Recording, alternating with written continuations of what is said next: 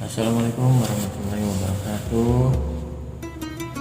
Para pendengar Sales British Channel dimanapun berada, berjumpa kembali dengan saya dalam program acara kisah. Tentunya kisah-kisah teladan yang diambil dari buku dongeng 65 dongeng untuk pimpinan anak-anak muslim. Sebenarnya bukan cuma untuk anak-anak aja sih, ini untuk semua kalangan ya, karena di sini banyak sekali suri-suri teladan yang bisa kita ambil hikmah dan manfaatnya. Oke, tanpa banyak membuang waktu, kali ini kita akan membawakan sebuah kisah dengan judul Lupa Diri Karena Kaya Raya. Semua para pendengar Sales British Channel dimanapun berada, selamat mendengarkan.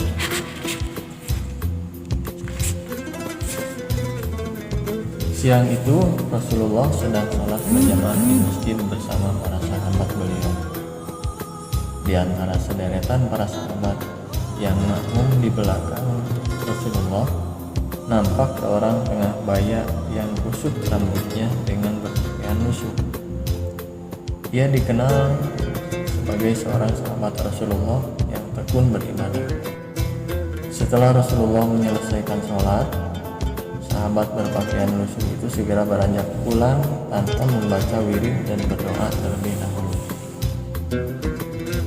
Rasulullah menegurnya, "Hei Sa'labah, mengapa engkau tergesa-gesa pulang? Tidakkah engkau berdoa terlebih dahulu? Bukankah tergesa-gesa keluar dari masjid adalah kebiasaan orang-orang munafik?" Sa'labah menghentikan langkahnya. Dia sangat malu ditegur oleh Rasulullah. Tetapi apa mau dikata? Terpaksa ia terus terang kepada Rasulullah. "Wahai Rasulullah, kami hanya memiliki sepasang pakaian untuk sholat, dan saat ini istriku di rumah belum melaksanakan sholat karena menunggu pakaian yang aku kenakan ini. Pakaian yang hanya sepasang ini kami pergunakan sholat secara bergantian. Kami sangat miskin. Untuk itu, wahai Rasulullah, jika engkau berkenan, doakanlah kami agar Allah menghilangkan semua kemiskinan kami dan memberi rezeki yang banyak." Rasulullah tersenyum mendengar penuturan Sa'labah. Lalu beliau berkata, "Sa'labah sahabatku, engkau dapat mensyukuri hartamu yang sedikit. Itu lebih baik daripada engkau bergelimang harta, tetapi engkau menjadi manusia yang kufur." Nasihat Rasulullah sedikit menghibur hati Sa'labah, karena sesungguhnya yang ada dalam benaknya adalah ia sudah bosan menjalani hidup yang serba kekurangan. Satu-satunya cara agar cepat menjadi kaya adalah memohon kepada Rasulullah, memohon doa kepada Rasulullah, karena doa seorang utusan Allah pasti didengar oleh Allah.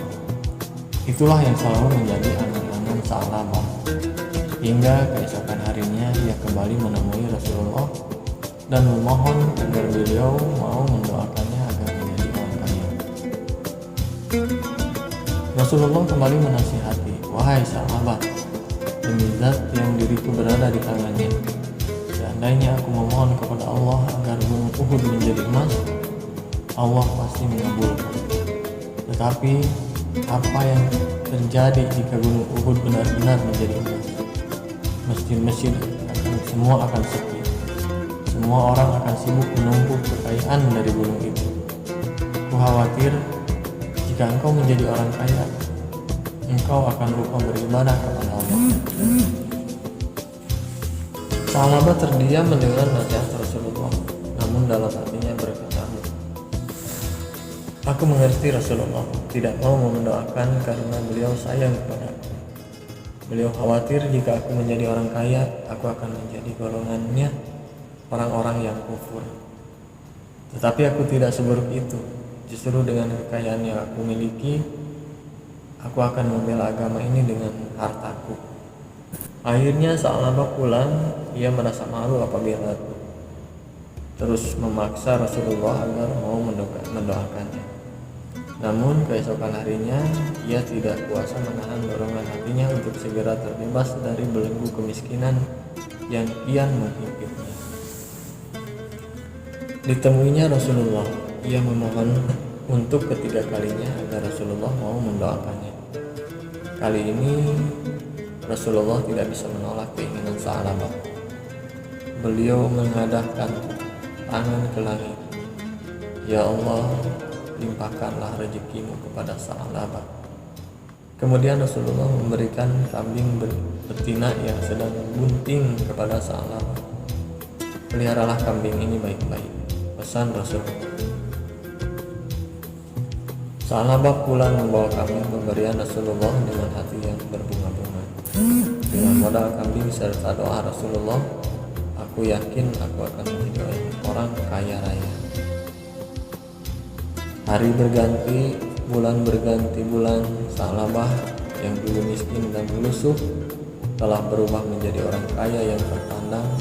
Kambingnya berjumlah ribuan. Di setiap lembah dan bukit terdapat kambing-kambing Sa'labah.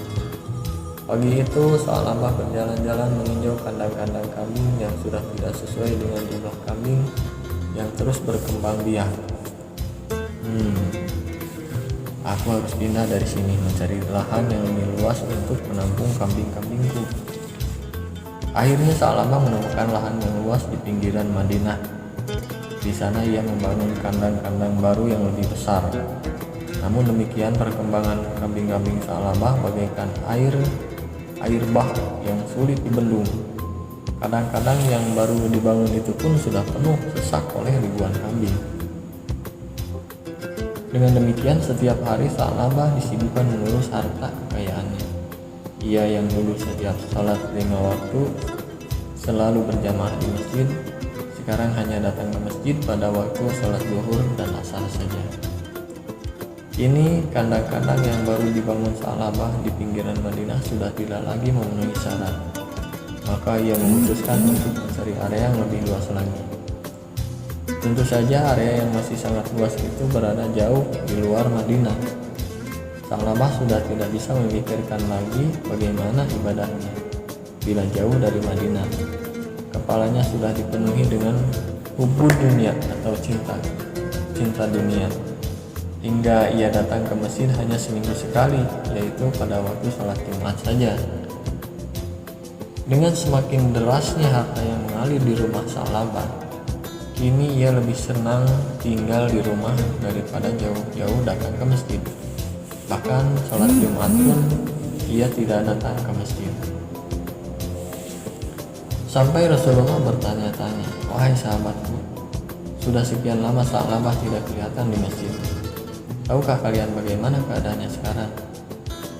Wahai Rasulullah, Sa'labah sudah menjadi orang kaya.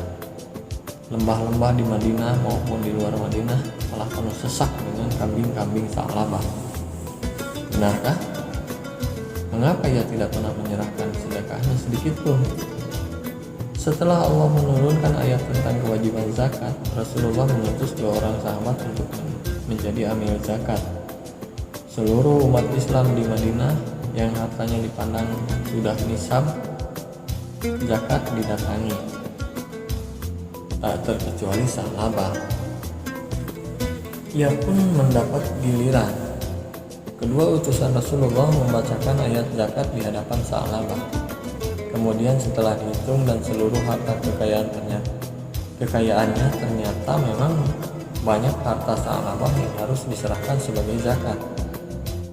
Tak disangka Sa'labah mukanya berubah merah. Ia berang. Apa-apaan ini? Kalian mengatakan ini zakat, tetapi menurutku ini lebih tepat disebut upeti, pajak. Sejak kapan Rasulullah menarik upeti? Aku bisa rugi. Kalian pulang saja. Aku tidak mau menyerahkan hartaku. Kedua utusan Rasulullah kembali menghadap Rasulullah dan menceritakan semua perbuatan Sa'labah. Beliau bersedih telah kehilangan seorang sahabat yang dulu tekun beribadah ketika miskin. namun setelah kaya raya ia telah terpengaruh dengan harta kekayaan. Sungguh celaka Sa'labah, celakalah ia. Kemudian Allah menurunkan ayat 75 dalam surat At-Taubah tentang ciri-ciri orang munafik. Ayat itu segera menyebar ke seluruh kaum muslimin di Madinah, hingga ada salah seorang kerabat Sa'labah yang datang memberitahunya, celakalah engkau Sa'labah, Allah telah menurunkan ayat karena perbuatanmu. Sa'labah tertegun. Ia baru sadar bahwa nafsu angkar murka telah lama memperbudaknya. Kini ia bergegas menghadap Rasulullah dengan membawa zakat dari seluruh hartanya.